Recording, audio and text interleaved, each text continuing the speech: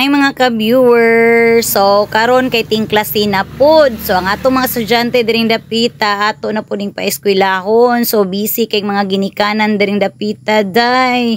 So kako ganina so sayo kay talagmata diri alas 5 pa lang so gamata nang inahanday kay ni kumbati na sad. Kay natay mga estudyante unya natulog ta gabi alas 11 nas gabi kay nagplansya pa ta ning ilahang mga uniform diring dapita.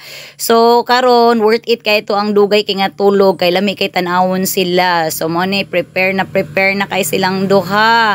So mo ni ato ang estudyante. So diring dapita is nagkuha tag pangbaon nila day kay dili mahimo day nga mo lakaw na tong mga estudyante walay baon. So mo ni mga sinsilyo ra gyud din taon natong ipang hatag sa ilaha. So diring dapita is prepare na kay sila. So thank you kayo sa sponsor sa amo ang bag. So, thank you kayo kay Ate Jean, kang Kevin, Brian, kang Kuya Laszlo. So, thank you kayo sa inyong mga sponsor nga bag. So, nagpa-picture pa sila daring dapita. So, lami kay ilahang pangapamorma. So, mo din ilahang uniform diri. So, sila, nag-eskwela dahil ni sila sa nasyonal.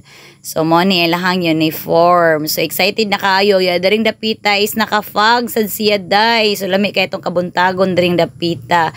So, excited na kayong amahan pod nga mo hatod sa iyahang mga junakis. So, kumbate diha amahan. So, daring dapita ang kani akong kamanghuran is excited na kayo siya kay first day of school niya sa high school. So, lami na kayo lang mga pamorma diri. So, excited. Sige na siya katakatawa daring dapita. O, ingon na gid ang mga estudyante, no? Basta first day of school. So, happy kaayo. Pero after mga 1 week, ani, day, looy na kayo ni sila. May na pressure na kaya sa school. So, daring dapita, school na gid na sila. So, happy kay ta. Kay naka-high school na gid ang ato ang mga junaki. So, daghang salamat kayo sa inyong pagsuporta kanunay sa amo nga vlog. So, salamat kay